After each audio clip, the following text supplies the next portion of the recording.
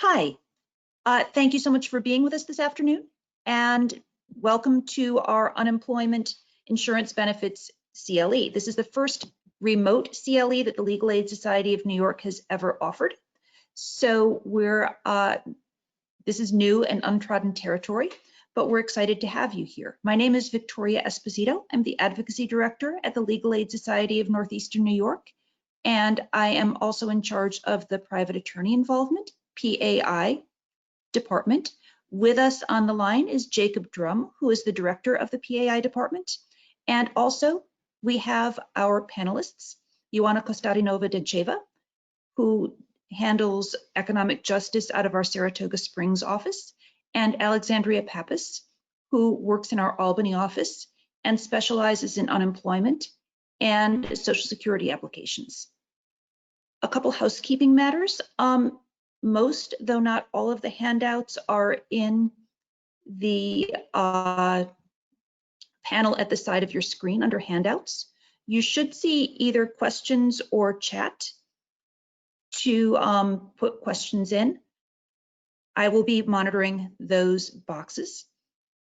With respect to the handouts, a number of you have gotten in touch to say that you're going to have trouble with the PDF affirmation and evaluation form. So what I will do afterwards is I will send around Word versions of those just to all registered attendees.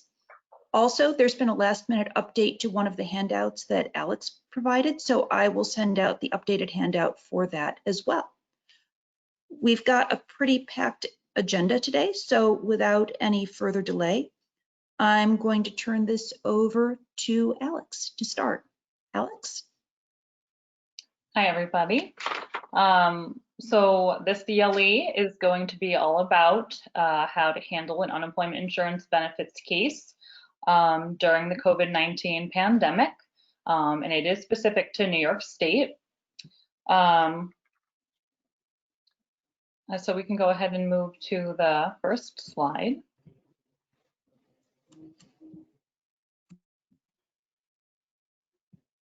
Okay, so this is generally what we are going to go over in this CLE. Types of New York State unemployment insurance and federal unemployment insurance, COVID-19 relief, regular unemployment insurance. New York State employees may be eligible, and this provides a maximum of 26 weeks of benefits. Regular unemployment insurance is for employees only.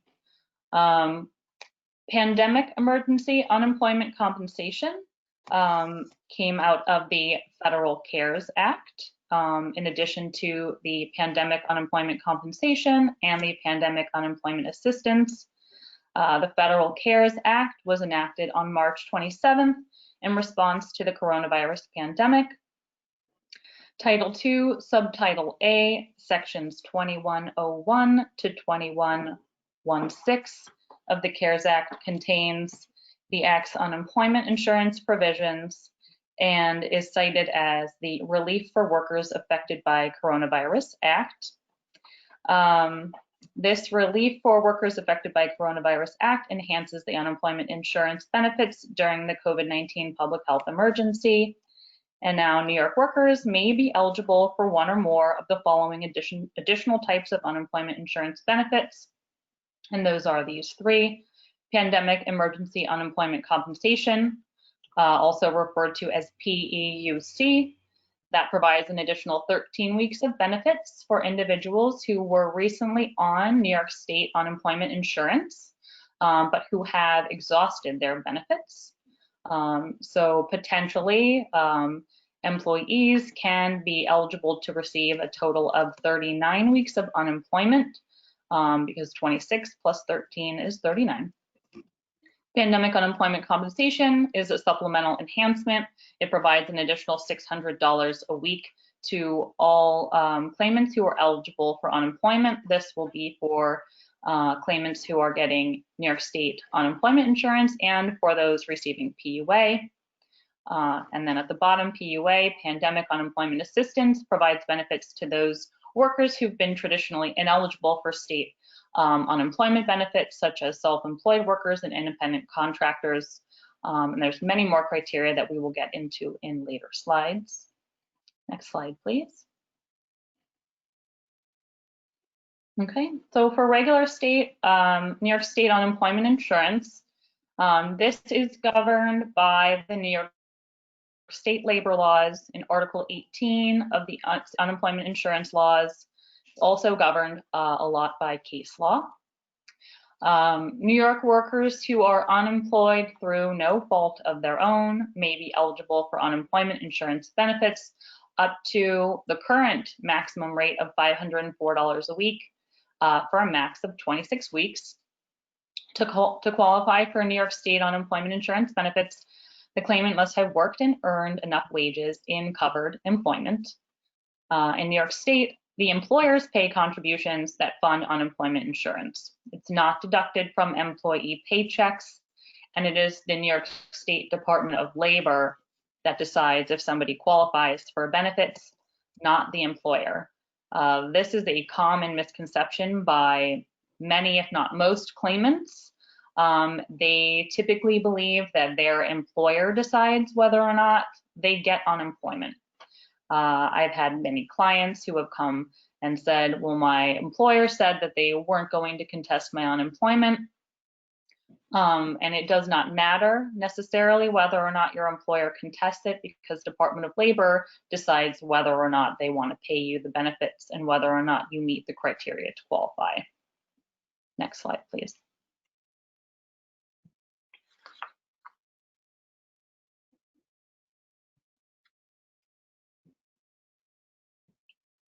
Okay, now we're on to pandemic emergency unemployment compensation. So in response to the enactment of the CARES Act, the United States Department of Labor issued unemployment insurance program letters, or UIPLs, to provide states with guidance for administration of all of the pandemic UI provisions. And so the UIPL that covers PEUC is UIPL 17-20, which I believe was provided in the materials today. That people can refer to that after for some more details. But for claimants who have exhausted their 26 weeks of regular UI unemployment, they may be entitled to an additional 13 weeks of benefits. As stated before, this is an additional 13 weeks on top of the 26 standard weeks of unemployment. The claimant separation from employment does not need to be related to COVID-19 in order to receive the PEUC. For claimants just starting a new UI claim, no extra steps will need to be taken to receive the PEUC. They will automatically receive the extra 13 weeks once they have exhausted their 26 weeks. For claimants who have prior unemployment claims, the rules are different. These 3 bullets were taken from the New York State Department of Labor website to provide some guidance to claimants if they fall under any of these 3 categories. So if a claimant had a benefit year that expired after July 1st, 2019, they need to file a new claim to receive the 13 weeks of PEUC. The claimant will receive a letter in the mail from the New York State Department of Labor with more details. If the benefit year has not expired, the claimant has exhausted their 26 weeks. They will also receive a letter from the New York State Department of Labor advising them to begin certifying again to receive the 13 weeks of benefits. If you have an open claim already, you do not need to file a new claim. That is why the New York State Department of Labor would just tell you to just start certifying again, and then you should be able to receive the extra 13 weeks of benefits. And then the last one, if the benefit year has not expired, but the claimant stopped claiming benefits before their 26 weeks were up, they should simply begin certifying again to receive unemployment insurance. In that scenario, if the claimant had not used up their 26 weeks of benefits, they could start certifying again, and then they would receive the 26 weeks. And then once that was used up, they would then continue to get unemployment insurance for the 13 weeks, as long as they met the criteria to receive it. And I do believe that letters are going out when this was first put on the website by the Department of Labor. I didn't know of any claimants who had received letters, but I do now know that letters are going out to claimants about this. Next slide, please.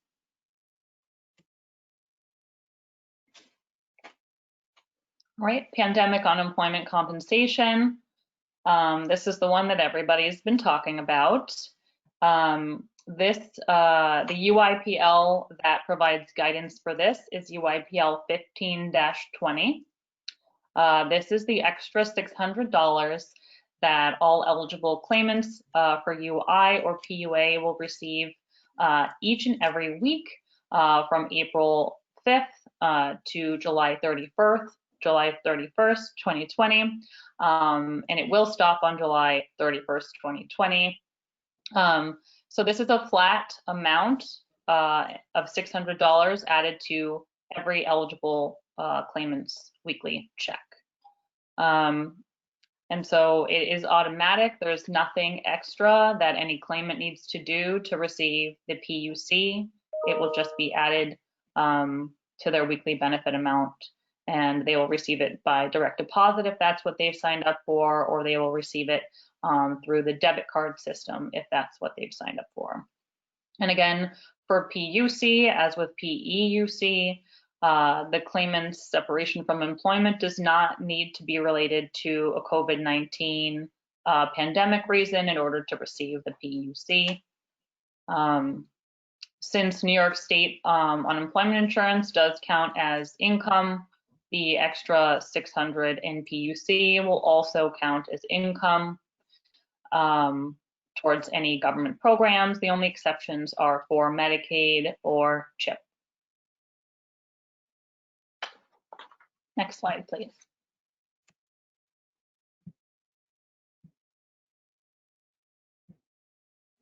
Okay, pandemic unemployment assistance, or PUA. The UIPL 1620 is the program letter that provides guidance on PUA. The USDOL also, they just added an additional guidance for PUA on April 27, 2020. So I believe that's what's going to go out to you guys after this. They have provided an additional Q&A for guidance on PUA. So PUA is a federal program that was included in the Coronavirus Aid, Relief, and Economic Security CARES Act. This provides unemployment compensation for those traditionally excluded by state unemployment insurance programs. PUA will provide a maximum of 39 weeks of unemployment to qualifying individuals who become unemployed, partially unemployed, or unable or unavailable to work due to COVID-19 related reasons as defined in the CARES Act. Benefit payments for PUA are retroactive for weeks of unemployment, partial unemployment, or inability to work due to COVID-19 reasons starting on or after July 27, 2020, and then that will end on December 31st, 2020. Basically, your separation from employment has to start anytime between those dates in order to possibly be eligible for PUA. As mentioned before, eligible PUA recipients will also receive the $600 PUC benefit each week until July 31st, 2020. Next slide, please. All right, so this is quite a list.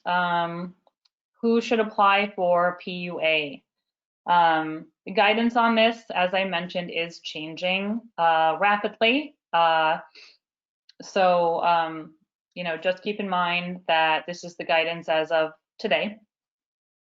So you should apply for PUA if you're unable to work as a result of the coronavirus pandemic, and any of the following apply to you. This is from the New York State Department of Labor website as well. If you're self-employed, if you're an independent contractor. If you work for an app-based company, these are considered gig workers in the CARES Act. Gig workers would be Uber drivers, Lyft drivers, Instacart shoppers, any sort of app-based company. The only gig worker so far that has been determined by the Court of Appeals to be an actual employee are employees and workers of Postmates and others that are similarly situated to be couriers and delivery drivers. That decision just came in March 2020 of this year. So there is litigation going on and ongoing for that behind the scenes. But you know, whether or not they're Lyft, Uber, Postmates, if they're not working, they should apply for UI and or PUA, and then let the Department of Labor decide what they're eligible for. Farmers, also clergy members can be eligible for PUA. And then we get into the lists that the CARES Act provides for the COVID-19 related reasons. If you're diagnosed with COVID-19, or if you have COVID-19 symptoms and are seeking a diagnosis, you can apply for PUA. If you are living with a household member who has been diagnosed with COVID-19, you can apply for PUA. Providing care for a family member or a household member diagnosed with COVID-19. In terms of providing care, the guidance states that providing care for an individual is providing care if the provision of care requires such ongoing and constant attention that the individual's ability to perform work is severely limited. The next one would be primary caregiver for a child unable to attend school or another facility due to COVID-19. Primary caregiver is key in that criteria. It can't just be that you're in a household with children who are unable to attend school or other facilities. You have to be the primary caregiver in such that you have to give the children such ongoing and constant attention that you're unable to work. If you are unable to reach a place of unemployment due to imposed quarantine, or were advised by a medical provider to self-quarantine due to COVID-19, we're going to break that up. Unable to reach place of employment. An individual who is unable to reach their place of employment, this is because doing so would violate a state or municipal order restricting travel. So if they were unable to go to work because there's a mandate that they're not allowed to leave their house, they can apply for PUA. Advised by a medical professional to self-quarantine. This would be if the claimant has possibly been infected by COVID-19 due to a prior contact with somebody who is infected, or perhaps if the claimant is immunocompromised by virtue of a serious health condition and is therefore advised by their health professional to self-quarantine due to a greater than average risks for that person to contract the virus. Next one, scheduled to commence new employment but cannot reach the workplace as the direct result of COVID-19. So this criteria also works if you have been scheduled to commence employment, but your job offer has been rescinded due to COVID-19, also falls under that category.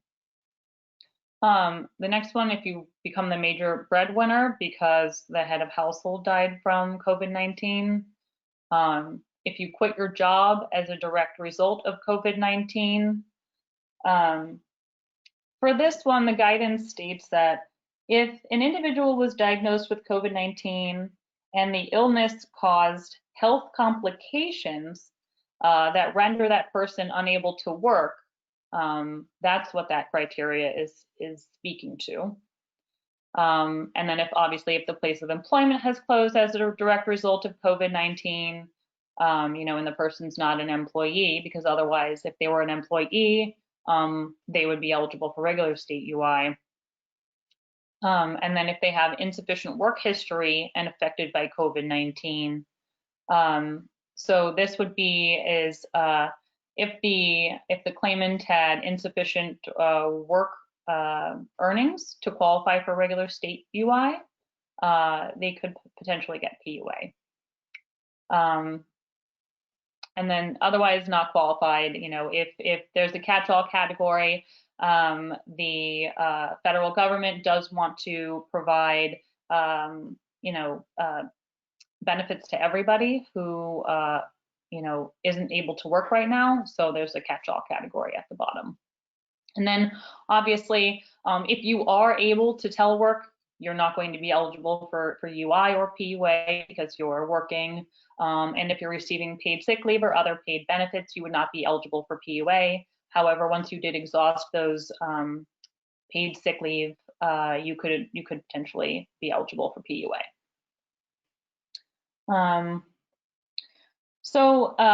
As you guys can see, you do not have to be ready, willing, and able to work to receive PUA. However, the individual's inability to work must be of the COVID-19 related reasons listed in the CARES Act. This means that but for the COVID-19 reason, the worker would otherwise be able and available for work. Next slide, please.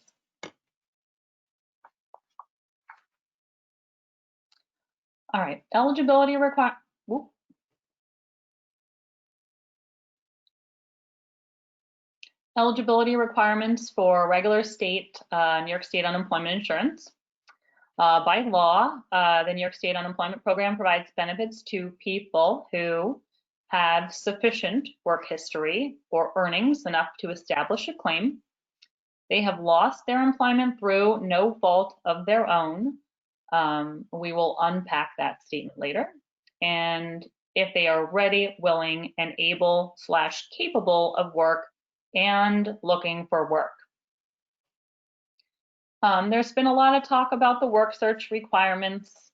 The federal government has allowed states to relax their work search requirements or to get rid of them altogether. Some states have gotten rid of their work search requirement. I believe Connecticut is one of them. New York has not. New York has only committed to relaxing their work search requirement during the pandemic. And so the guidance from the United States Department of Labor in this is that states must offer flexibility in meeting the actively seeking work requirement if individuals are unable to search for work because of COVID-19, including because of illness, quarantine, or movement restriction. If claimants are able to look for work, they should try their best. Making best efforts is really what the Department of Labor looks for in terms of work search. They are going to know that it is difficult for people, but people should try because work search requirements are just relaxed currently.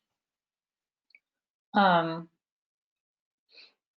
then I thought this was important, so I wanted to add this for people who are claiming in terms of the ready, willing, and able to work requirement. The New York State Department of Labor tweeted on April 23rd. They seem to be doing a lot of tweeting these days if anybody wants to follow their Twitter account. Important when completing your benefits claim, you'll be asked whether you are able to work. We understand that many of you are unable to work due to the COVID-19 pandemic. If you otherwise would be able to work, you should answer yes. in order to receive your benefits. So that is key, because if the claimant is answering no every week that they're not ready, willing, and able to work, they will not get any money out of the New York State Unemployment Insurance Fund. And then if the claimant is not ready, willing, and able to work due to COVID-19 related reason, they may be eligible for PUA. Next slide, please. Okay. So for monetary eligibility for New York State unemployment, to qualify for benefits, the claimant must meet all three of the following earnings requirements during their base period. They must have worked and been paid wages in jobs covered by unemployment insurance in at least 2 calendar quarters. They must have been paid at least $2,600 in one of those calendar quarters, and the total wages paid must be at least 1.5 times the amount paid to the claimant in the highest quarter. As you can see, there are there's a basic base period and there's an alternate base period. The base period itself is the last 15 months that the claimant has worked. And well, the last 5 quarters before the quarter that the claimant is in when they apply for benefits is more correct. The first 4 of the last 5 quarters are called the basic base period, and that is the default that the New York State Department of Labor uses when calculating a claimant's benefit rate. There's also an alternate base period, and that is the last 4 of the previous 5 quarters. The New York State Department of Labor will use the alternate base period if the basic base period automatically renders the person, ineligible for unemployment. But if the claimant has been working for the entire time, like I said, the Department of Labor will by default use the basic base period. But if the claimant's wages that they earned in the most recent quarter are their highest, they may want to ask the Department of Labor to use their last quarter in calculating their benefit rate, which can then increase their weekly rate of unemployment. And then again, if you don't meet the earnings requirement for unemployment insurance, you may be eligible for PUA. Next slide, please.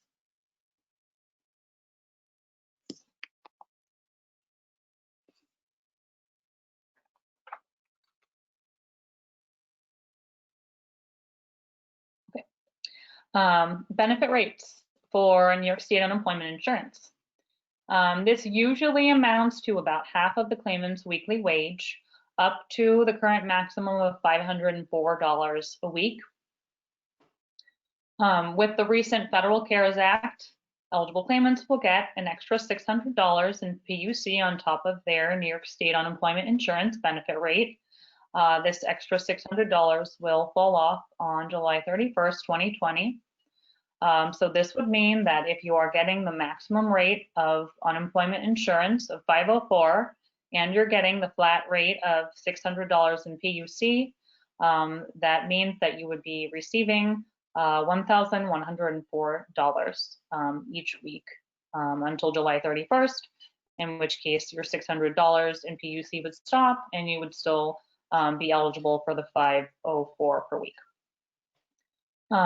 It is sometimes hard to estimate the benefit rate for workers who do not consistently get the same earnings.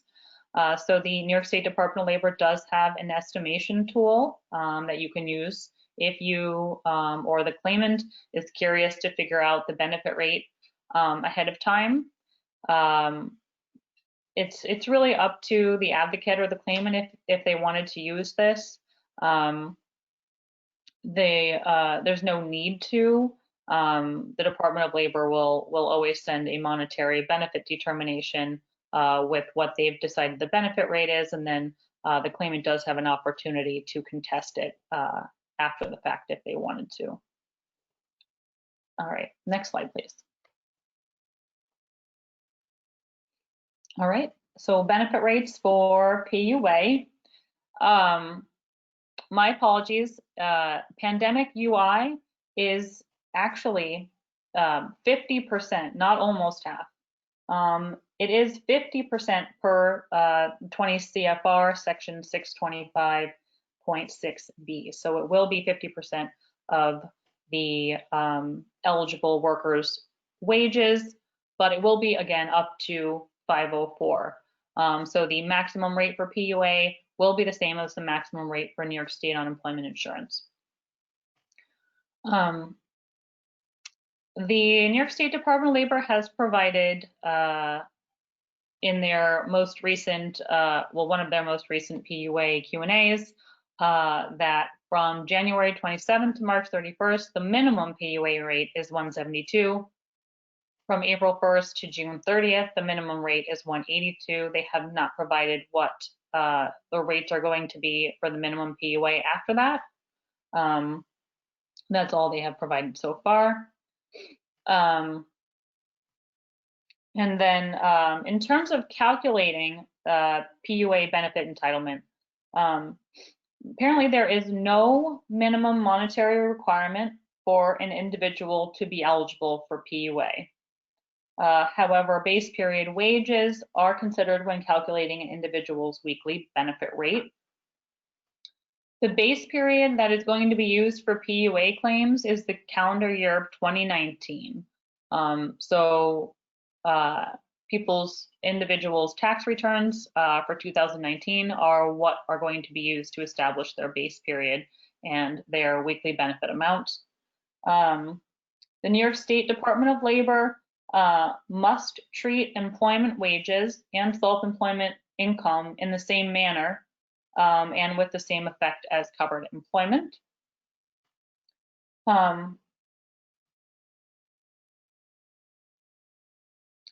Okay, and then an individual will be provided the minimum PUA rate if the states don't have existing records as to their wages. So no matter what, if somebody is eligible for PUA and they cannot establish their wages with the New York State Department of Labor, they should still be eligible for the minimum PUA rate for that period in time. If later on that claimant does end up having more proof of their wages and they want to supply that to the New York State Department of Labor to get a higher PUA rate, they can do that at any time, and the New York State Department of Labor is required to recalculate it and then would retroactively pay the individual back pay for what their PUA they should have received in the first place. If somebody who's applying for PUA does not have their tax return to supply to the New York State Department of Labor, they can use whatever other documents they have to show proof of earnings, such as pay stubs, billing statements, bank statements, invoices, and any other business records. Next slide, please.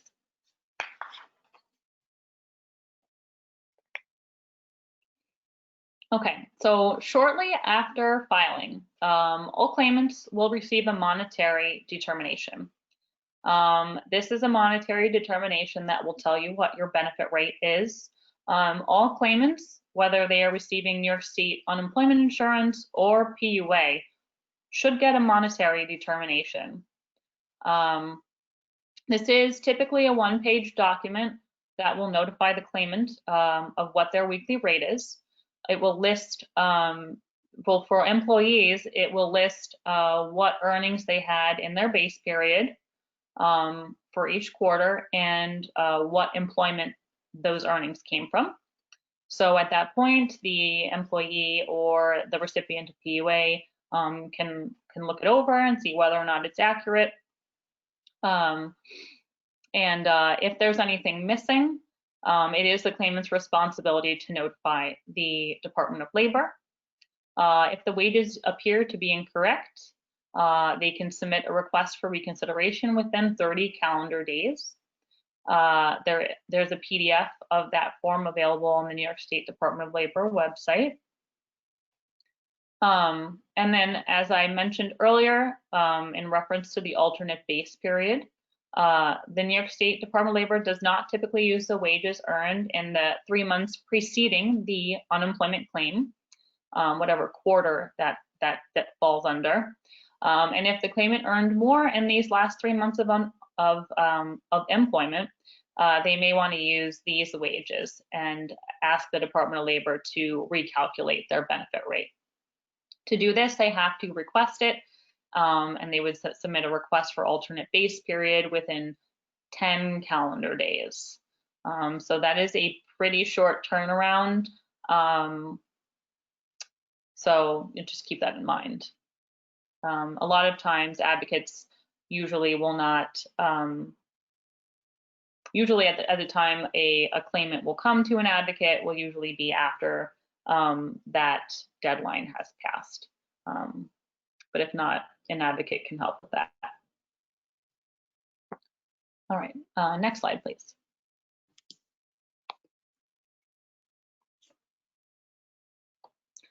All right, how to apply for unemployment during COVID-19. This has been also quite a hot topic. So due to several New York Times articles, the world is clearly now privy to how flawed and outdated the New York State Department of Labor website was. Over the last month and a half, the New York State Department of Labor has created several versions of an updated application. And at first, the Department of Labor was telling all applicants that you had to apply for New York State unemployment insurance first. And even if you knew you were only eligible for PUA, you had to apply for UI first and be denied, and then you could apply for PUA. That is no longer the case. As of this Monday, I think it was this Monday, the Department of Labor has a whole new application out. It's a very streamlined application that I believe allows claimants to apply for UI and PUA if they don't qualify for UI at the same time. Again, there's been several versions of the application that have been put out, and I'm not quite sure exactly what the most recent one is, but the Department of Labor is constantly working on it to try to make it more user-friendly and more streamlined for the public. Also, as of Monday, this Monday, the New York State Department of Labor did a complete overhaul of their website. It is entirely changed, it's entirely different, and it is also an attempt to be more user-friendly. So how to apply for unemployment in the pandemic times is by last name. This never happened before, but they did this so that they could try to stagger people trying to apply because of the flood and the crash that happened with their website in the middle of March.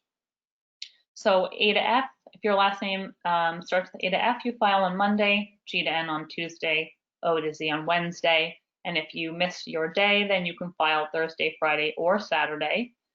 There are 2 ways to file. You can file online, or you can file by phone. File or apply are pretty much the same thing. Online, I believe you can only do if you, it's only available in Spanish and English. So if you don't speak Spanish or English, you're going to have to apply by phone. There are translation services offered if you file by phone. Or if you're hearing impaired, you're going to have to file by phone. And then there is, as I mentioned, a whole new website. So there is the link at the bottom is a brand new link that just became available on Monday of this week. And it provides a kind of a streamlined list of how you are able to file your first claim for unemployment. So check out that link below. Next slide, please. All right. Issues applying, any issues that you're having in starting your unemployment claim due to COVID-19. If possible, all claimants should apply online because getting through to apply on the phone has been difficult, to say the least, during the COVID-19 pandemic. So if you can try to apply online. I'm hearing many stories of people calling and the phone lines just hanging up on them after they've been on hold for a half an hour. I'm not sure why this is happening, but people are getting very, very, very frustrated trying to call in. If you do need to call in, there's two different ways that you can call. If you are having a technical problem with your New York.gov account, the New York State Department of Labor has created a new phone number for claimants to call for those reasons. That is the 1-800-833-3000 number. If you have any other issues and you need to talk to a live agent and it doesn't have to do with technical difficulties, you're going to want to call the Telephone Claim Center or the TCC at 1-888-209-8124. They do have expanded hours due to the pandemic as well, to call and talk to a live agent to get assistance. I do believe still if you call either one of those numbers, you are going to be waiting a long time on hold.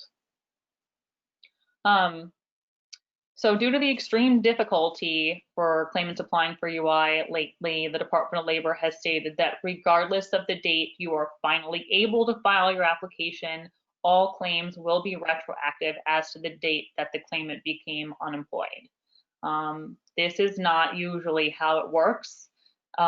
This is just the New York State Department of Labor being generous in light of the fact that their system is quite flawed. Typically, claimants' claims are only valid as to the date that they actually applied, that they actually were able to finish and complete their application. And then there is some FAQ for the New York.gov ID and all of the online system that was created after the pandemic hit, because a lot of people were having trouble. So there's FAQ now that are available online that you can provide to your clients. It's pretty helpful. Also, if you have a client that is still having difficulty applying, even though the Department of Labor has promised to backdate claims, I would still advise clients to try to keep a record of all of their efforts when they're trying to apply, notes, screenshots, whatever, just in case. Next slide, please.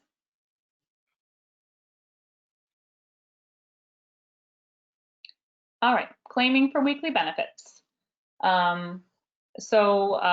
This pertains to New York State UI recipients and PUA recipients. You have to certify or claim every week that you want to receive unemployment benefits. Just by submitting an application that does not do anything, you have to claim each week if you want to receive benefits for that week. There is typically a waiting week. So once you apply for unemployment, usually the Department of Labor makes you wait a week before they're going to give you any funds. The waiting week has been waived only if your job loss is COVID-19 related. There is a few questions that are on the new application that will flag claimants who have job loss due to COVID or not. And if you're a claimant that has a job loss due to COVID, your waiting week will be waived. If not, your waiting week is not waived. And again, you can claim weekly the same way that you file. You can do that online at the New York.gov account, or you can call the telephone claim service. Oh, no, not the telephone claim service. Sorry, it's a different telephone line for claiming, but you're going to call in using the teleservice line. Next slide, please.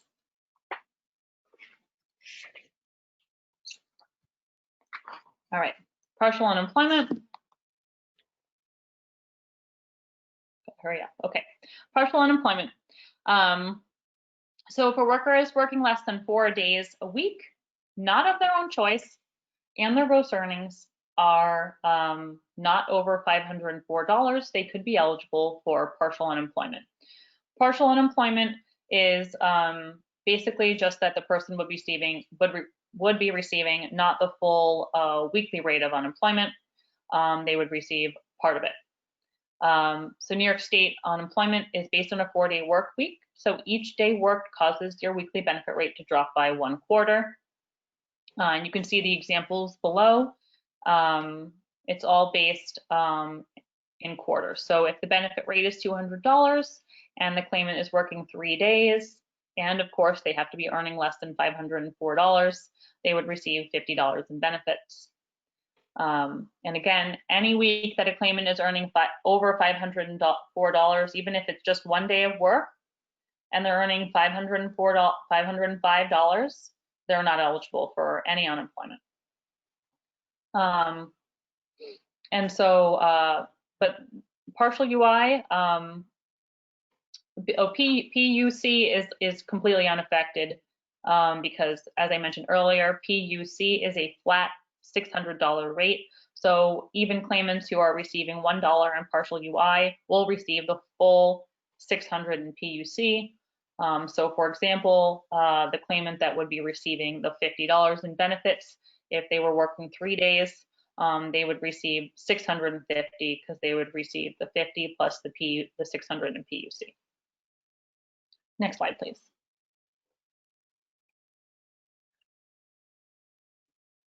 All right, overpayments. An overpayment occurs when the claimant receives benefits they were not entitled to. Common scenarios are when the claimant makes a mistake claiming on their weekly benefits, if they are claiming but they are not ready, willing, and able to work, or if they gave a false statement to the Department of Labor. Any prior outstanding overpayments will be recovered out of the eligible claimant's current weekly rate. So once the outstanding overpayment is fully recovered, then the claimant can begin to receive their funds for the week. And then you can see an example at the bottom, but I'm going to continue in the interest of time. Next slide, please.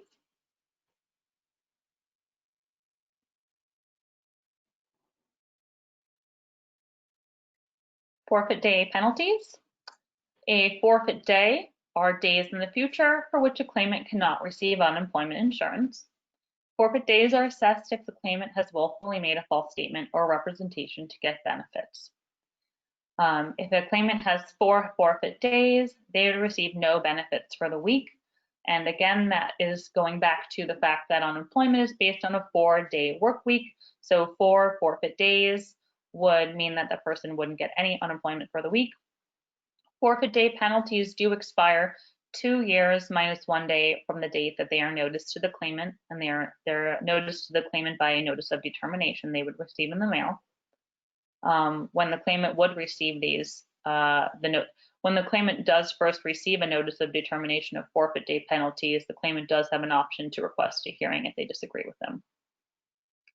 And then a claimant has to serve out their, if they're still valid, a claimant has to serve out their forfeit day penalties before they can get any unemployment insurance benefits.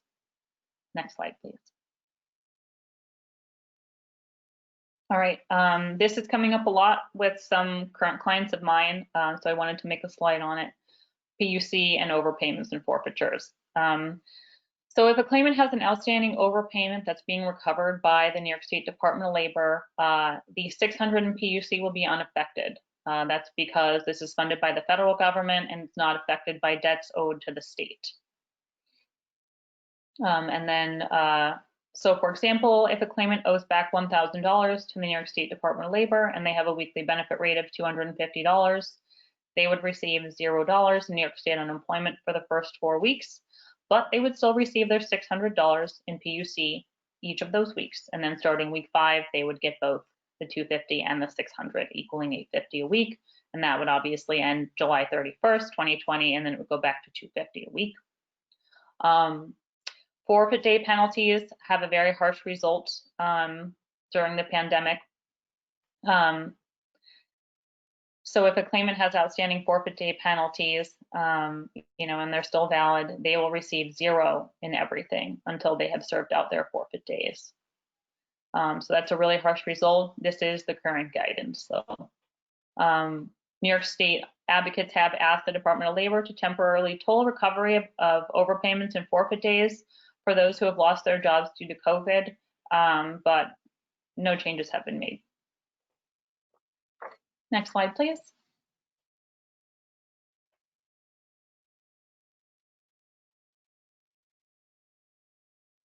Okay. So after a claimant applies, there is an investigation process that happens. All listed employers in the base period for an employee will be mailed a notice of protest. This will give the employer an opportunity to object to any claim that an employee may be filing against them for unemployment. And the Department of Labor will do an investigation to decide whether or not the claimant is eligible to receive UI or PUA. During the investigation, a claimant will typically receive questionnaires to complete and will receive phone calls from the Department of Labor. It's important for the claimant to be very accurate and truthful during the investigation, and they will be held to their answers if it goes to a hearing. If an employer files a notice of protest, the investigation may take longer. And then once the Department of Labor does decide whether or not a claimant is eligible for unemployment or PUA, they will receive a notice of determination. This notice of determination will state the reason for why the claimant has been deemed eligible or ineligible for UI and or PUA. And then if they're approved, they should get their benefits about a week after they receive their approval letter. And then also, if the claimant separation is clearly a layoff, the Department of Labor does minimal to sometimes no investigation and will automatically award that claimant unemployment benefits. All right, I think that's it.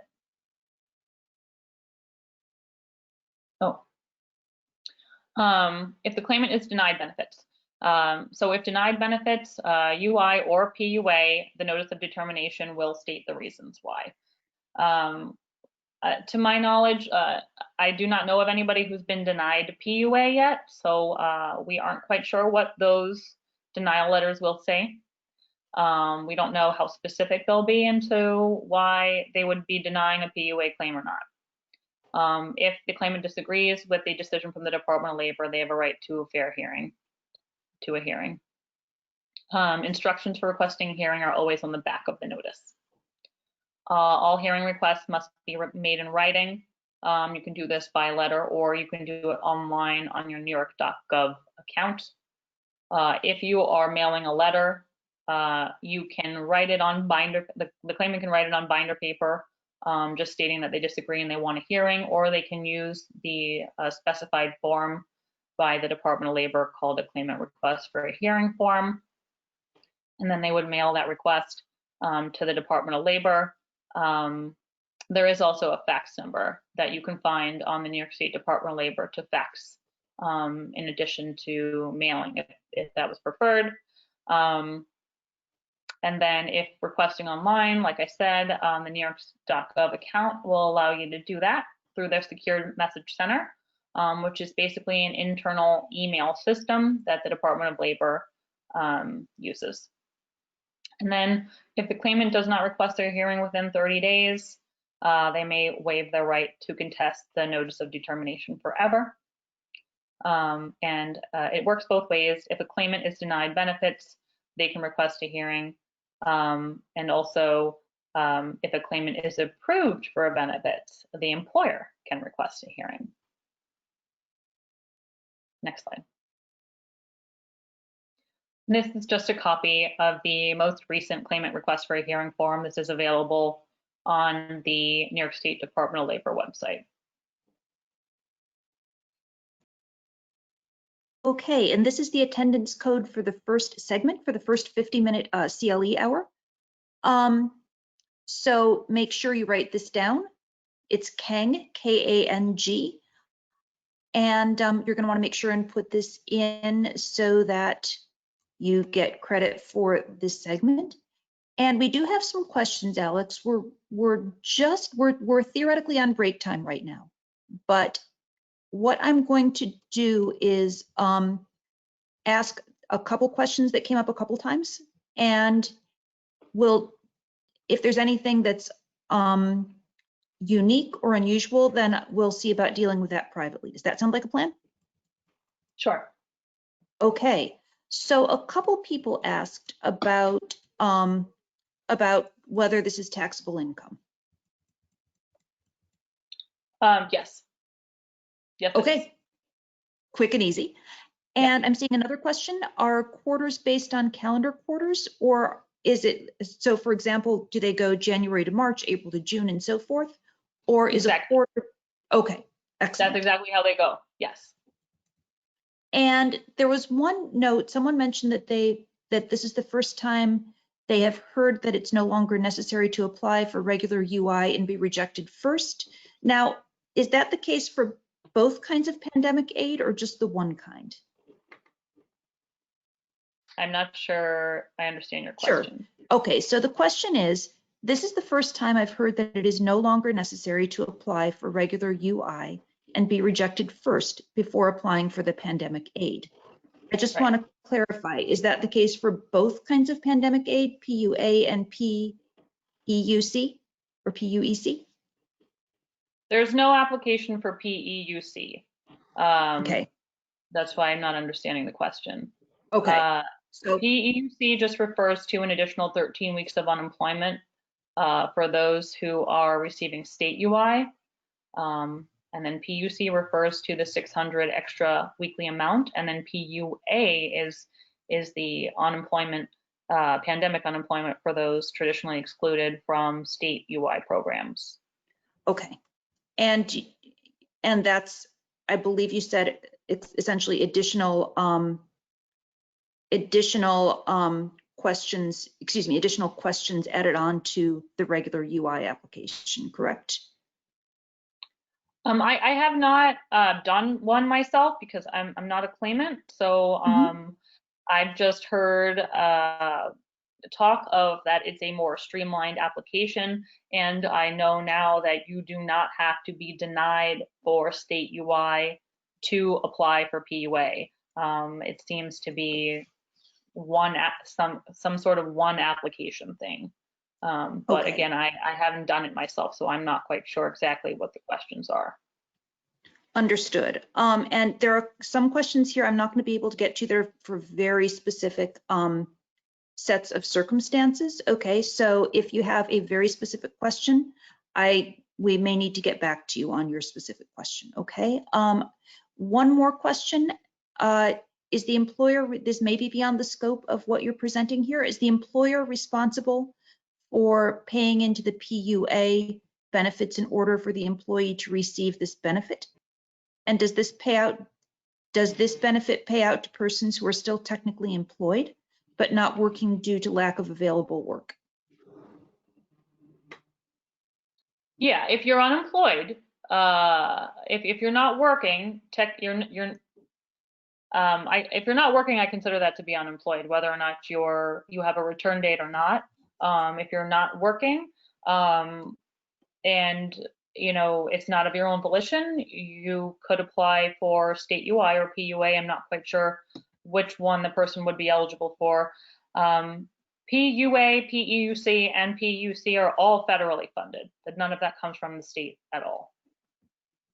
Okay, so thank you. Did that answer that question? I believe so, and we've got questions pouring right in.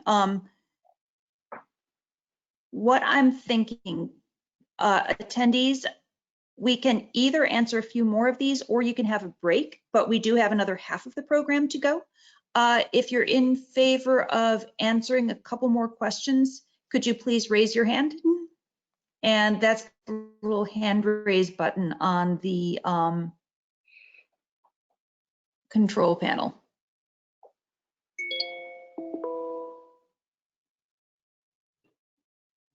Okay, oh my goodness. Okay, many, many, many hands are raised. So I'm going to give just another couple minutes for some of these questions, Okay. and then we're going to turn it over to Ioana for part 2, okay?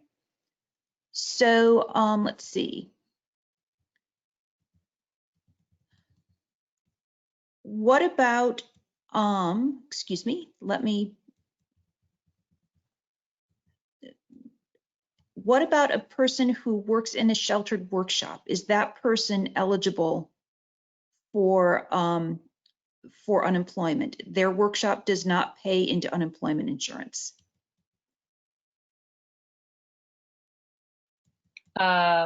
If you're an employee, your employer is required to be paying into unemployment insurance. Okay, and so this is in a fairly specific setting that the sheltered workshop, I know there's been some litigation around how those work. So this might be a, I don't go actually ahead, know, yeah. is that a special term, sheltered workshop? Right, Never heard of that before, sorry. okay. So that is a questioner. I think that's a get back to you. Let's see.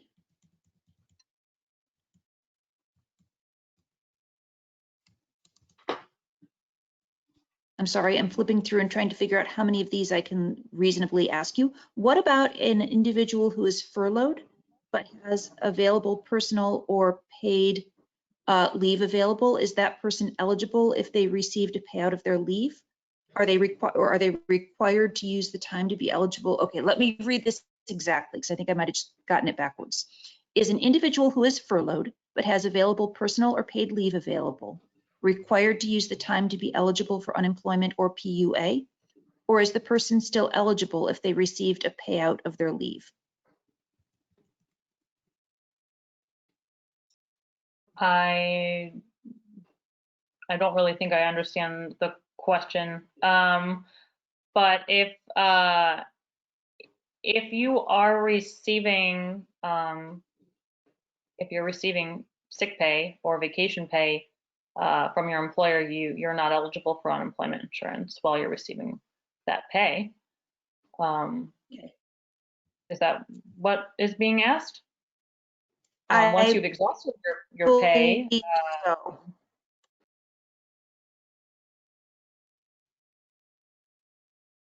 I believe that's correct. And could that questioner please confirm or deny in the chat?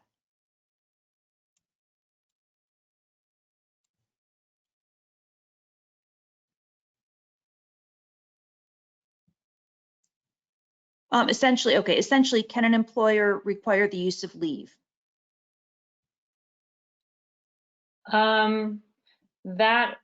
That is still being discussed amongst advocates, and it does turn on whether or not you're in a union or not.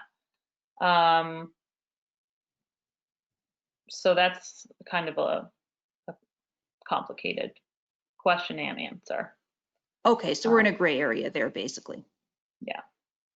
Okay, we're going to have to move on, and I do see several questions, and I'm not trying to ignore them, but we do have the other half of the presentation left. So, how about if we kick it over to Ioana for I her just second. also want everybody to know that unemployment insurance law in general is incredibly fact specific. Incredibly fact specific, and Ioana will talk more about that when she does her segment. Thank you. So some of these extremely specific questions, this may not be the forum for them. Would that be a fair statement? Yeah, it's I mean, you could have endless questions. A tiny little fact can completely change any unemployment case. Excellent. Thank you so much. And moving on. Thank you so much, Alex. Ioana? Thank you, Victoria, and thank you everybody for being with us today. I will touch upon several topics. In the second segment of our presentation, I will talk about the notice of determination, possible reasons why a claimant could be disqualified from benefits. I will talk about the unemployment hearing, evidence and procedural rules, as well as the appeal process. Typically, after the Department of Labor makes a determination whether a claimant is eligible or not, they would send them a notice of determination, which in order to be sufficient has to contain the reasons for the disqualification, if any, and the specific facts that led to that conclusion. And of course, if the claimant is found eligible for benefits, then it would state that they're eligible. Next slide, please. Reasons for disqualification, these are the most common reasons that occur in practice. There are separate sections of the labor law, and I will touch upon each of them in individual slides. These are voluntarily separation from employment without good cause, refusal of employment, misconduct, criminal acts, failure to comply with the reporting requirements, and then whether or not the claimant is continuously ready, willing, and able to work and is actively seeking work. These are under general unemployment law in New York State. I will notate some differences as to the pandemic unemployment assistance. For example, the ready, willing, and able to work and actively seeking work requirement is lifted for some pandemic unemployment assistance situations where clearly the separation from employment was a result from the COVID-19 crisis, and thus the claimant is unable to work due to the COVID-19, either directly or as an effect of the crisis. Like Alex mentioned earlier, it is our understanding that the Department of Labor will ease the work requirements somewhat as far as searching for new jobs. Next slide, please. Voluntary separation from employment without good cause is a very common reason as to why claimants get disqualified from benefits. We believe that now after the pandemic, it would probably be the predominant reason for disqualification. A lot of people are seeking to stay home just based on the fact that maybe they have a condition and they're afraid to be exposed, even if work is available to them, or they want to perhaps not expose family members. When the issue at the hearing is voluntarily separation, there are a couple points that the judge would look at. One of them is whether the claimant had good cause to quit. Good cause is defined by the statute, as well as the definitions from the statute are expanded by case law. Some compelling good cause reasons are domestic violence in situations where the claimant is unable to continue working at their place of employment due to domestic violence. This could be found eligible reason to qualify them for benefits. Similarly, illness or disability, either of the claimant or a family member, impractical commute in cases where the person needs to move due to a change of the spouse's place of employment. Note, however, that if somebody just got married and they're moving to be with their new spouse, and that makes the commute impractical, that's not a qualifying reason. It has to be a current spouse for whatever reason. Substantial unilateral change of the terms and conditions of employment is also a good cause to quit employment, and such unilateral change could be simply that the position that the claimant had been offered when they started employment had certain expectations that were laid out for that job, such as remuneration or conditions of employment, amount of overtime, amount of hours, various other factual situations that, when changed unilaterally by the employer, could constitute good cause for the employee to quit. The statute allows such good cause when the employee shouldn't have or wouldn't have actually accepted that position if they knew that the conditions would be so changed. Other reasons that are found to be good cause by case law, verified medical reasons. For example, if somebody is unable to continue working at their job due to an illness or a condition, keep in mind that in order to continue being eligible for regular unemployment benefits, they should also continue to be ready, willing, and able to work.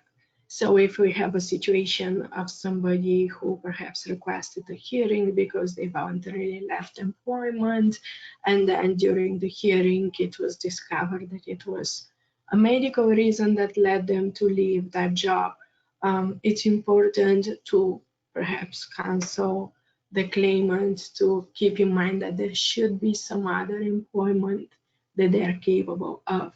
It should be that they left this particular employment because of the nature of the employment and how it affected their medical conditions, and that they continue to be eligible for benefits on the basis of being eligible to work.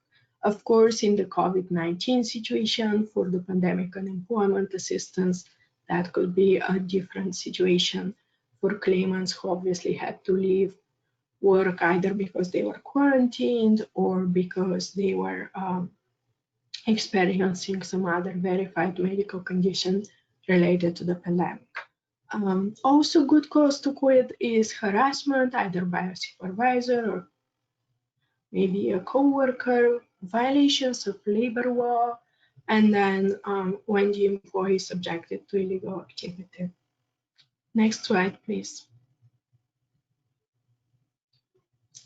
Another issue that is commonly discussed when the matter relates to voluntary separation from employment is whether the claimant took reasonable and prudent steps to preserve their employment before quitting, such as perhaps they made contact with the supervisor if they had some compelling reason why they could not continue with the employment, such as an issue with a coworker, or perhaps the conditions of the job site were such that created a problem. What are the steps that the claimant took in order to resolve that before quitting?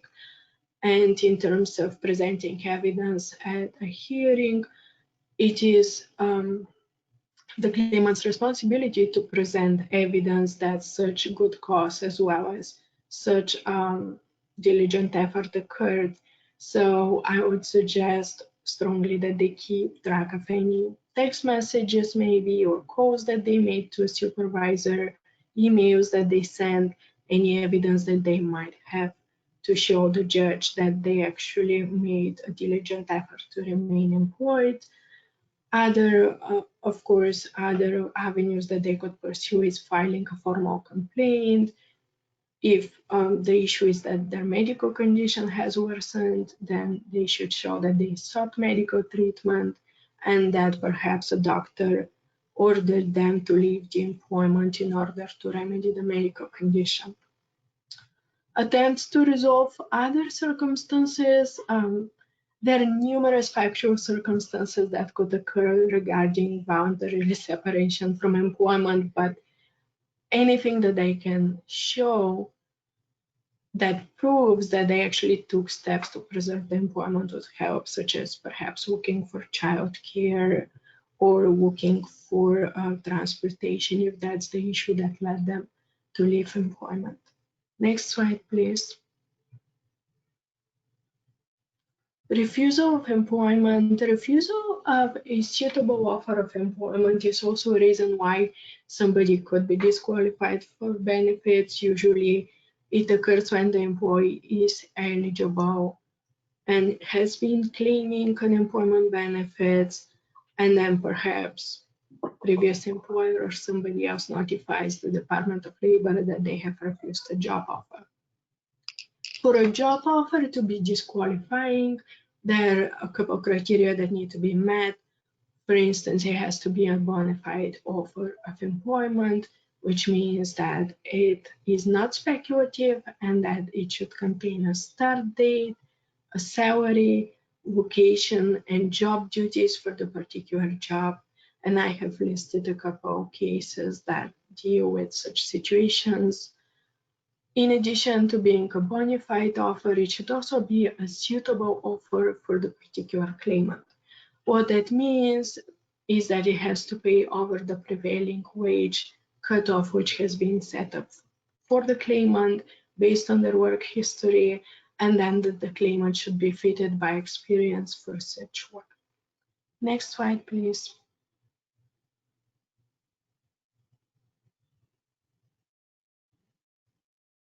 Another very common reason for disqualification from benefits is misconduct. Very often, when the employer receives the notice that the employee is seeking unemployment, they will send back a notice of protest saying that perhaps the employee was terminated for misconduct. In those cases, if the employee indeed left under those circumstances, the question would be, did what the employee do on that particular occasion amount to misconduct? And in those cases, if it did, then the judge would disqualify that person from benefits. Misconduct is defined by case law. It's the employee's volitional act or omission that is detrimental to the employer's interests. Misconduct normally requires prior knowledge. So there has to be either a policy that the employee was aware of that says don't do X, Y, and Z. If you do it, you could be terminated, and then the employee violates that policy with their particular actions, or there has to be a warning or notice. So the question is the claimant previously notified for the same occurrence that led to their termination, and was that notification relatively recent in time, such as within the past year? If there was no prior warning, or perhaps there was a prior warning, but that warning was for something else and it could not have reasonably apprised the claimant to let them know that the next occurrence would lead to their termination, then this could be considered just a single instance of poor judgment, in which case the employer might have had a good cause to terminate the employee. However, they would still be eligible for benefits.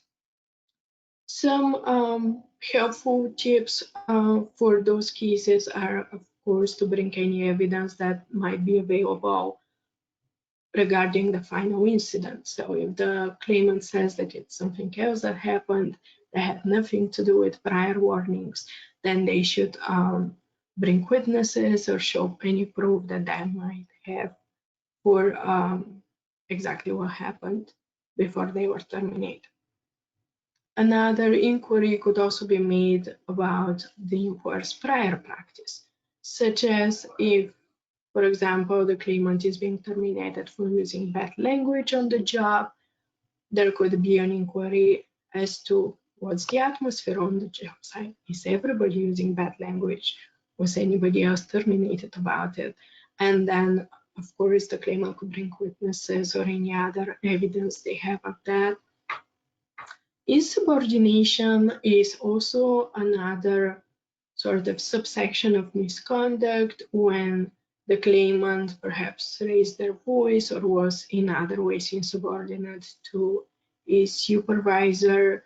There is a concept that an employee doesn't always have to be servile to their supervisors in situations where the employee was simply reacting to perhaps an overreaction or aggressive behavior either by the supervisor or perhaps by a fellow employee. Provocation or reactive action could be considered good cause for those actions, such as the employee would then be eligible for benefits. One other little criteria that's applicable in provocation cases is, first of all, who started the argument, who created the situation, but then second of all, did that claimant actually have an opportunity to retract and not engage? If they did have an opportunity to do that and they simply didn't follow through and decided to continue engaging, then they could be disqualified for benefits based on misconduct. And then, of course, gross negligence could be considered misconduct even if it's a single occurrence. Next slide, please.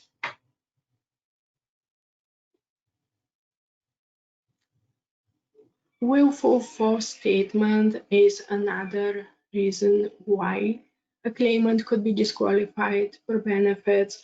It normally carries a forfeiture of future days penalty, which means that they could be eligible within the current claim, but they may forfeit future days in future claims.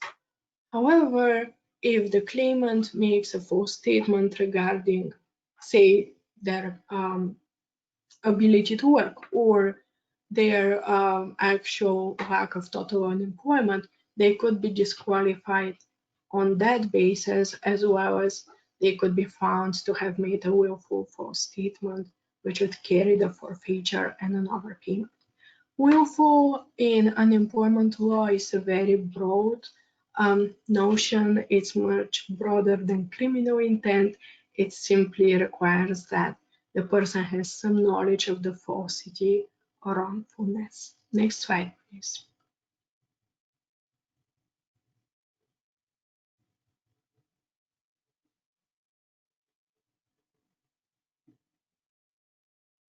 Thank you. Possible defenses to a willful false statement, allegation, mistakes of law. So if the situation is such, and again, this is very fact-based, but there could be a situation where the claimant needs to make a legal determination rather than a factual conclusion in order to correctly make a statement to the Department of Labor. Then in those cases, no benefits may be recovered and no finding of willfulness could be made. One such situation is in, say, borderline cases where it's unclear whether the claimant is actually employed or not while claiming benefits. For instance, if they're doing a favor to somebody or minimal activity for their employer that they're not getting wages for, a lot of times that's sufficient to prove that they actually didn't have the knowledge that what they were certifying was incorrect, even though under unemployment law they would have been found ineligible because they were engaging in employment activity. Other possible defenses, these are really very narrow situations, but if the correct information was given to the Department of Labor before the claimant actually received benefits, or if the claimant inadvertently made a false statement and then immediately retracted it. In some willful false statement situations, there is a possibility of fraud charges, especially if somebody has received a large amount of benefits claiming that they didn't work when indeed they were working. Next slide, please.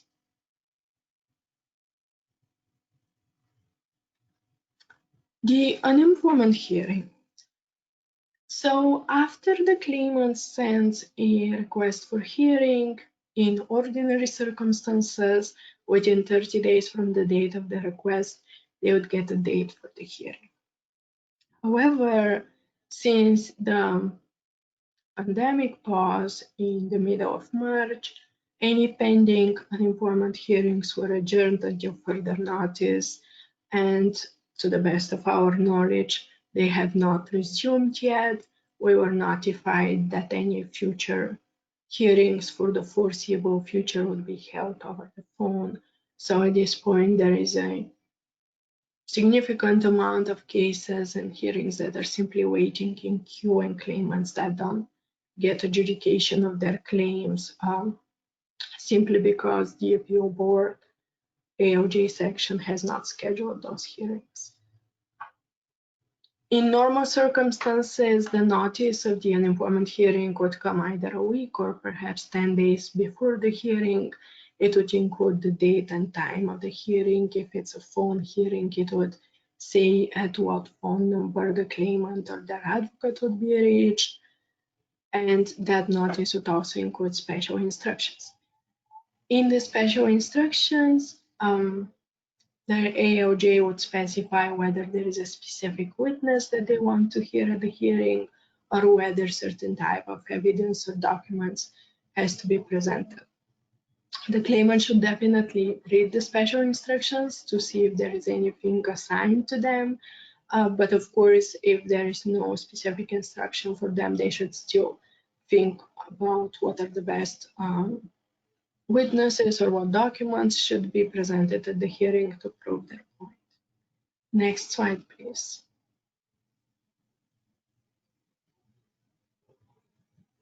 How to prepare for the hearing. Again, make sure you review the notice of an employment hearing thoroughly, including the special instructions. If there are any questions, or perhaps the claimant has changed their phone or for some reason cannot be reached at that phone number, they could also always reach to the ALJ section to either update them or to ask those additional questions that they might have. Before the hearing, the claimant as well as their advocate can review the file. Basically, once the claimant receives the notice of hearing, this means that their entire file has been transferred to the ALJ section of the appeal board. So in ordinary circumstances, before the COVID-19, they could simply go to that office and review the file. Since going forward, the unemployment hearings are expected to be via phone, the entire packet that's in the claimant's Department of Labor file would be sent to the claimant along with the notice of the hearing, or sometimes separately. And it usually includes a cover sheet on top that advises the claimant how they should send their evidence for the hearing. It's important to keep in mind that there is a 3-day deadline for submission of any documents. So any documents for the hearing need to be submitted at least 3 days ahead of the hearing. Otherwise, the claimant might be found to have failed to proceed at the hearing.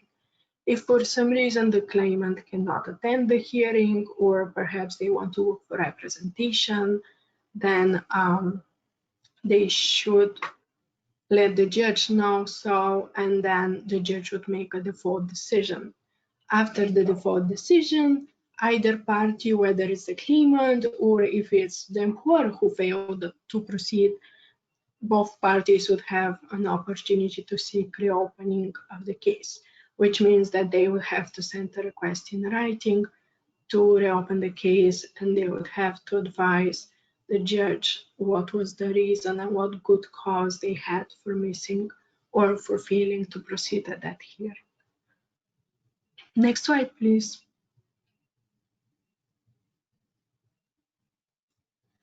During the hearing, the claimant again should bring any evidence that they might have. If it's a phone hearing, they should submit that evidence ahead of time to the judge as well as all other parties. Witnesses can be brought at the hearing. They can appear by phone in the current situation, and perhaps if in-person hearings are commenced later on, then they can proceed either in person or by telephone at an in-person hearing. Next slide, please.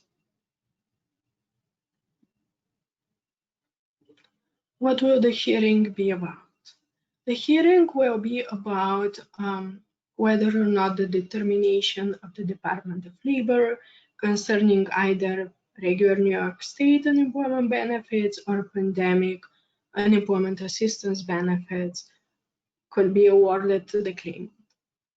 Thus, each party has a right to be heard and present their side of the story and explain why either the claimant shouldn't be disqualified or they should be disqualified, depending on the situation.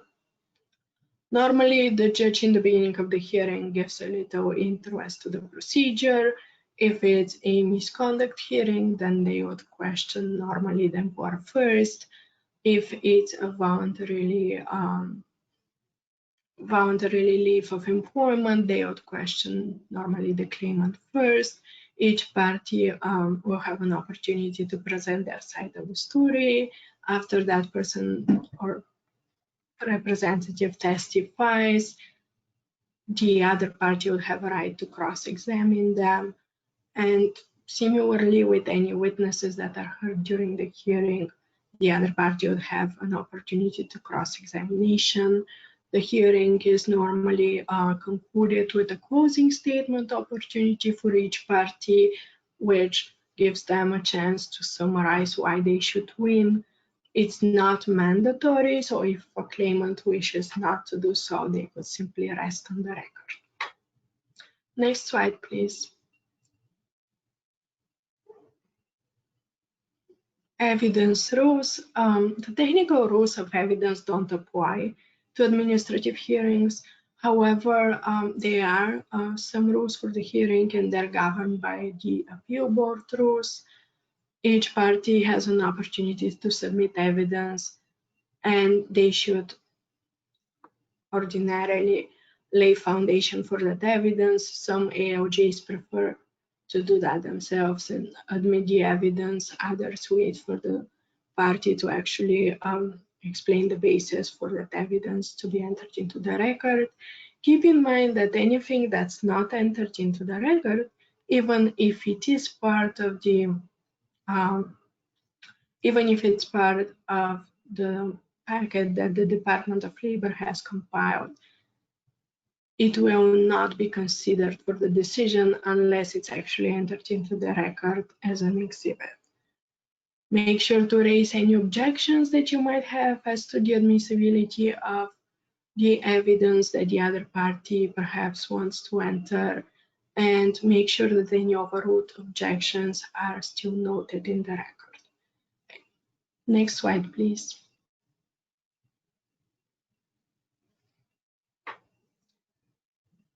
Limited discovery. So subpoenas can be issued in unemployment hearings. If a claimant is pro se, they can certainly ask the ALJ to issue a subpoena if there are documents or witnesses that are not available to them. If a lawyer is representing the claimant, then they could issue a subpoena and cause that to be served pursuant to the CPLR rules. Next slide, please.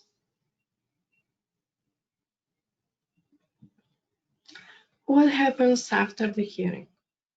After the hearing, the judge will issue a decision in writing.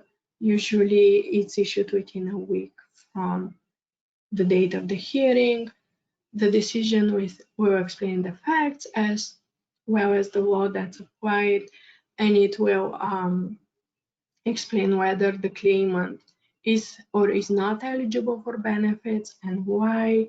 If favorable, the claimant usually receives back pay in a lump sum within a week or two from the decision. Next slide, please.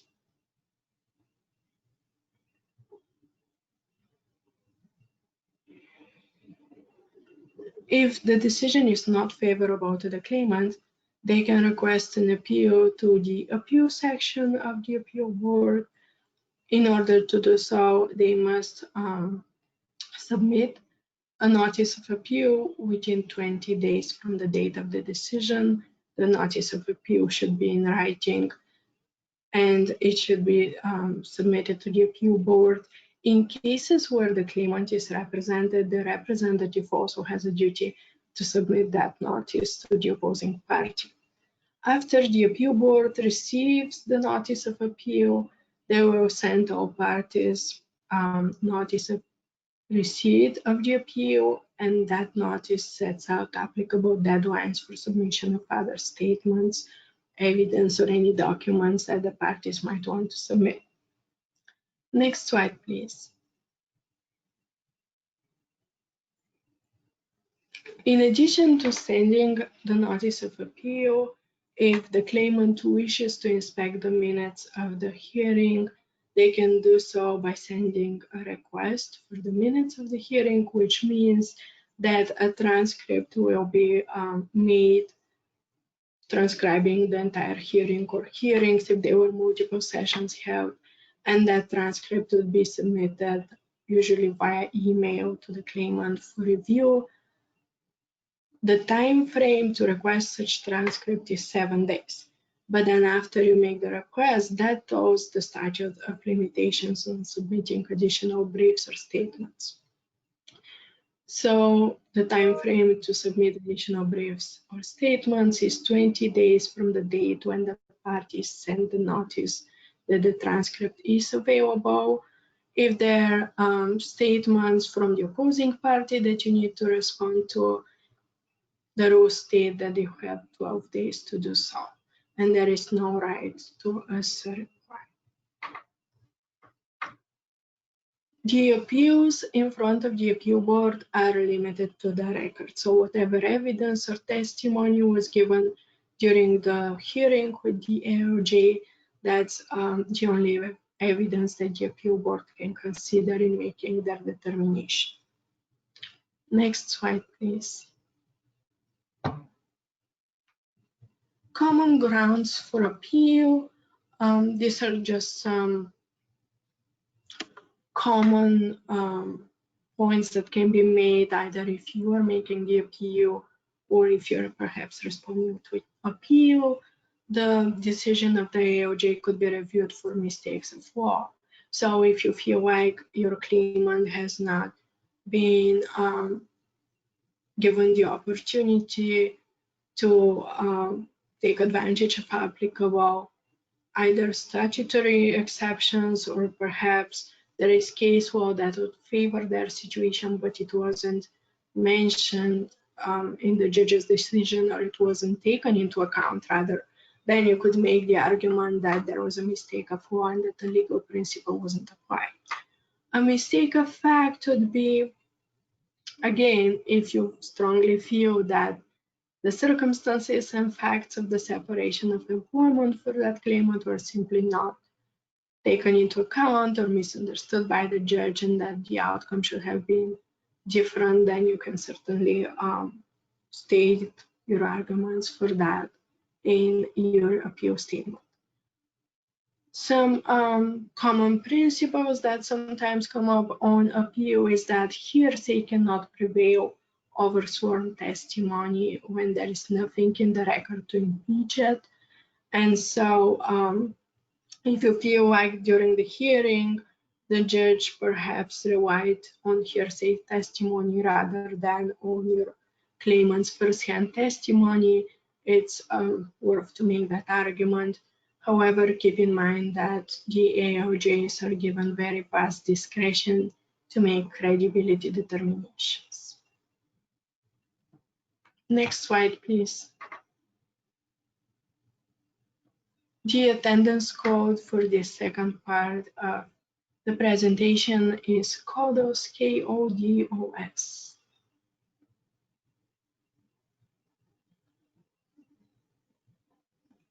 The appeal board usually issues a decision within 3 to 4 months of the final submission. There are several things that the appeal board may choose to do. Usually they make a decision on the merits. If they don't make a decision on the merits of the case, they could simply send the case back to the ALJ for further proceedings, especially if the record wasn't developed appropriately during the first hearing. Or in rare situations, the appeal board could simply hold a new hearing on the matter. The decision of the appeal board can be appealed. It's only appealable as to mistakes of law, and it's appealable to the Supreme Court of the Third Department within 30 days of the date of the decision. Next slide, please. This concludes our summary of the hearing and appeal process. We have included some links that you might find helpful in your research or when you're advising or representing a claimant, including claimant handbooks, materials from the New York State Labor Department website, fact sheets that were published by the Department of Labor. Next slide, please.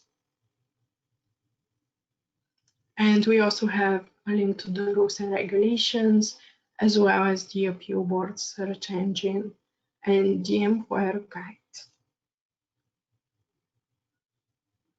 I believe that Thank you so much, Ioana.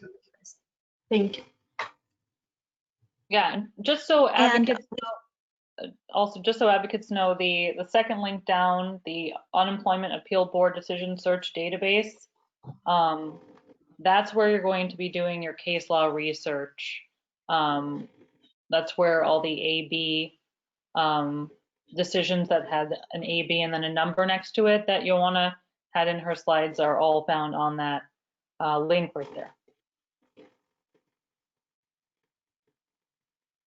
Thank you so much, Alex. I'm going to ask some questions that have come up during the second half of the CLE. And if you'll give me 1 second, let me go back to the very beginning of that part.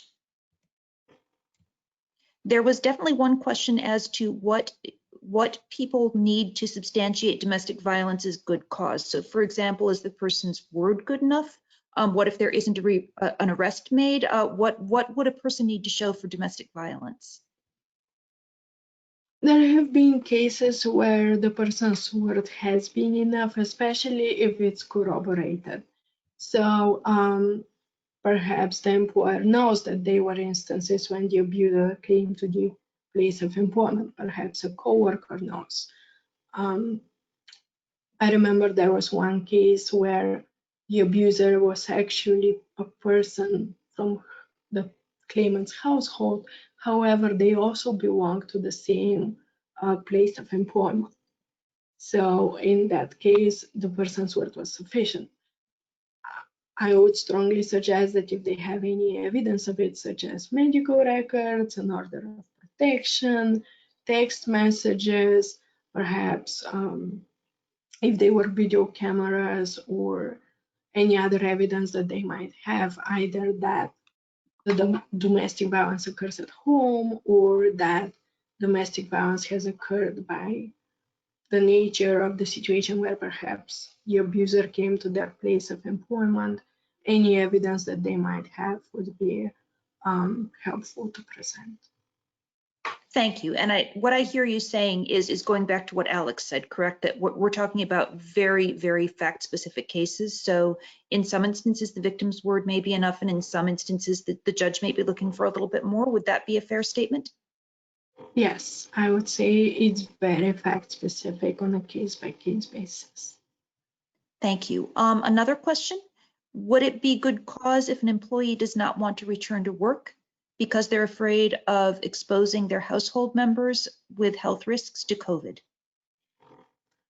This is an ongoing issue that has been discussed back and forth because there is no litigation under the pandemic unemployment assistance yet. We really don't know what the outcome of that question might be. I have personally advised clients who are faced with that situation to perhaps make some effort to retain that employment, ask for a reasonable accommodation, ask if you can telework, make some effort to show that you actually prefer to work rather than claim benefits, but you were forced by the situation.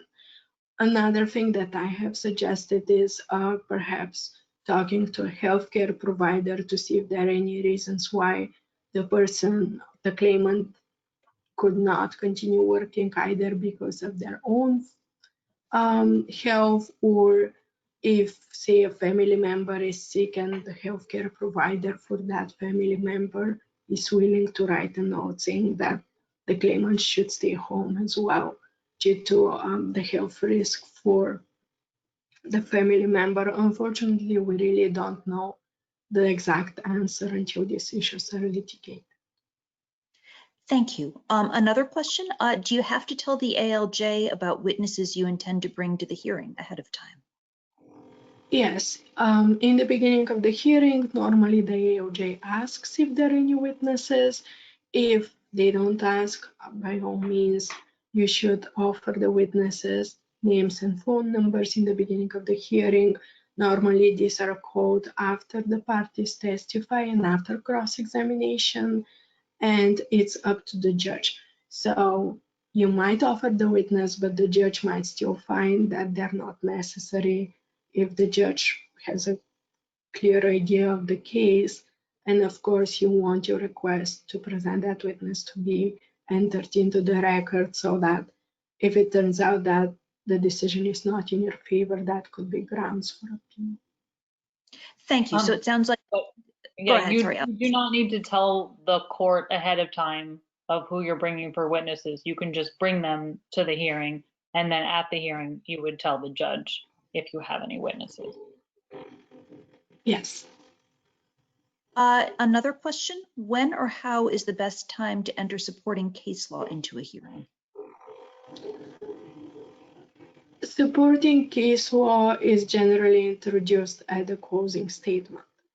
So after both parties have testified and there is cross-examination, any witnesses have testified, there would be an opportunity for closing statement where you can explain your arguments, cite the cases that you rely on, and let the judge know what you think is the appropriate outcome based on those cases. Thank you. Next question, is there any danger in closing a hearing and then requesting reopening if a person does not have an attorney and does not want to go forward on their own?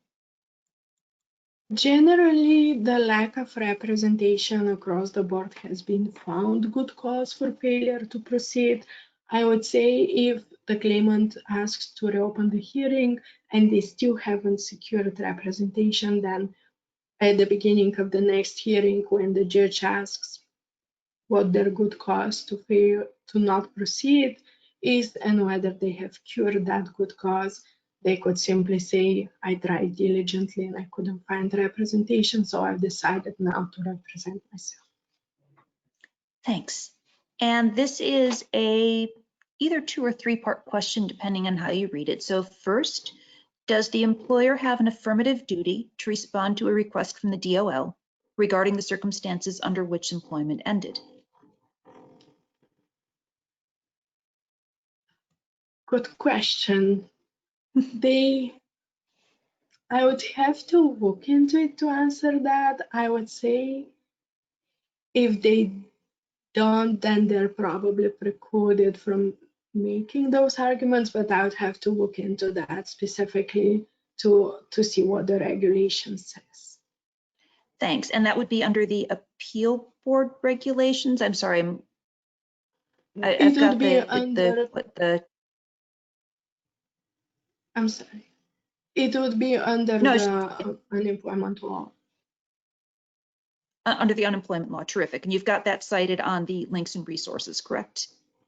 Yes, I believe in my portion I cited it as the labor law, but it is a portion of the labor law which specifically deals with unemployment. Wonderful. So the second part of that question is, what about settlement agreements where an employer agrees not to challenge an application for unemployment benefits? Is that valid? So the Department of Labor makes their own determination. So regardless of what the settlement agreement between the parties is, that doesn't obligate the Department of Labor. That being said, if the claimant was disqualified and there is a hearing, then by all means they should submit proof of that settlement agreement, and perhaps it would shed some light as to how, under what circumstances the employment ended, but the Department of Labor makes their separate determination on a case-by-case basis as to the eligibility of the claimant. Thank you so much. That is the last That is the last substantive question I'm seeing. I'm seeing some basic housekeeping questions. The most common one I'm seeing is the second code word. That's KODOS, K-O-D-O-S. Kangaroo, ostrich, dog, ostrich, seal, K-O-D-O-S. Many people, and there's some more kind of housekeeping questions, but Ioana, Alex, we have just a couple minutes. Any last words that you want to leave people with?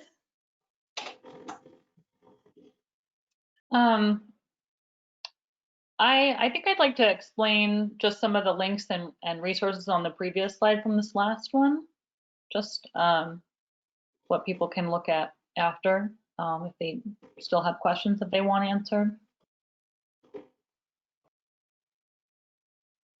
Great.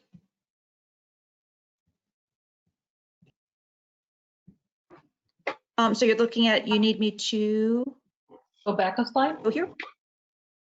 Okay. Helpful links and resources? Yeah. Yeah. Just so everybody knows who's watching this, I hope these links are not out of date. I did make this the slide prior to the overhaul of the unemployment, the whole Department of Labor website for New York State. But generally, the website itself provides answers to almost every single question that you could have on unemployment. There's FAQs on like every single tiny little subject. Even there's an FAQ on unemployment and domestic violence victims. There's FAQs on just accessing the NewYork.gov website. There's FAQs on what happens before your hearing, what happens after your hearing. So the Department of Labor website has a wealth of information. So I would highly recommend all advocates to just click around and familiarize yourself with all of the information that's included in the website. If you are going to be taking a case for the first time. Also, the new unemployment insurance claimant handbook just was released, say at least maybe a few weeks ago.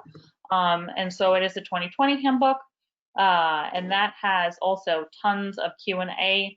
It's very user friendly. It's great for advocates and claimants alike.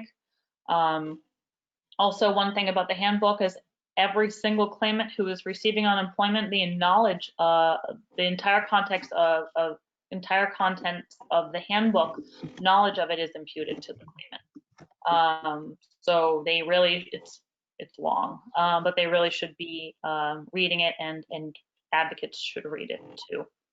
And then there was work search FAQs, just if anybody had issues, they wanted to help their claimants keep a work search record. There's information about that, if that's something that you were doing as an advocate. And then this is just restating the benefit rate calculator. And then if you are helping people apply for unemployment, which I hear some advocates are doing, Joanna and I typically just do the litigation hearings side of things. But there is a fact sheet that was put up for applying for unemployment. That's useful also. And then one thing I just wanted to add to advocates is that we are expecting a surge in quit or voluntary separation cases, and most likely refusal of employment cases. Both of those have to be with good cause if in order to receive unemployment benefits. So just one kind of scenario that I'm thinking may happen. I'm sure there's a lot of people who are on leaves of absence, so whether it's paid or unpaid, and there may come a time when they are being asked to come back to work by their employer, and maybe they don't want to. If they decide not to go back to work after a leave of absence, that would be a quit. That would be a voluntary separation. And if they wanted to apply for unemployment, well, it's possible they could be on PUA at that point. And then if it comes to a point where they are asked to come back to work and they don't want to come back to work, that would be a quit. And their PUA eligibility may end at that point, and then they would be assessed for whether or not they'd be eligible for UI or PUA again. But if there's some sort of there could be a factual break in the analysis. And so just one thing, I think you want to mention this also, but just like a generalized fear of going back to work and a generalized fear of exposure to the coronavirus is not going to be a good enough reason to not go back to work or to refuse employment in the first place. If you are, if you generally have health risks, or if there's something having to do with people that you live with who may be exposed, you know, who are immunocompromised or whatnot, you know, you should do your best to get medical information and or talk to your doctor or whoever you're living with, their doctor, to see whether or not you can get any documentation that would support why you don't want to return to work or why you don't want to accept an offer of employment. That's just one thing I wanted to mention. Thank you so much. The most common questions I'm seeing, I said this at the beginning of the CLE, but I know people were still tuning in at that point. We will be sending out Word versions of the affirmation and the evaluations. So those will go out to everybody. Let's see, the slides will also go out. And what you'll do is you'll email them back to me for CLE credit. You will get my email right in the follow-up email. So it should be right there. Unfortunately, CLE is not available if you're not an attorney. Someone asked about that, but you still have the knowledge and you can still use it. And we will be sending out the PowerPoint as well. I may have just said that, but it seems to bear repeating. And with that, I think we're done. Joanna and Alex, thank you so much for your time and your work on this. We very much appreciate it. And thanks to all of you for coming. As I said, this is new for us, and we're very gratified that so many of you came. Thank you, and enjoy the rest of your week. Thank you for moderating, Victoria. Thanks everybody for coming. Thank you.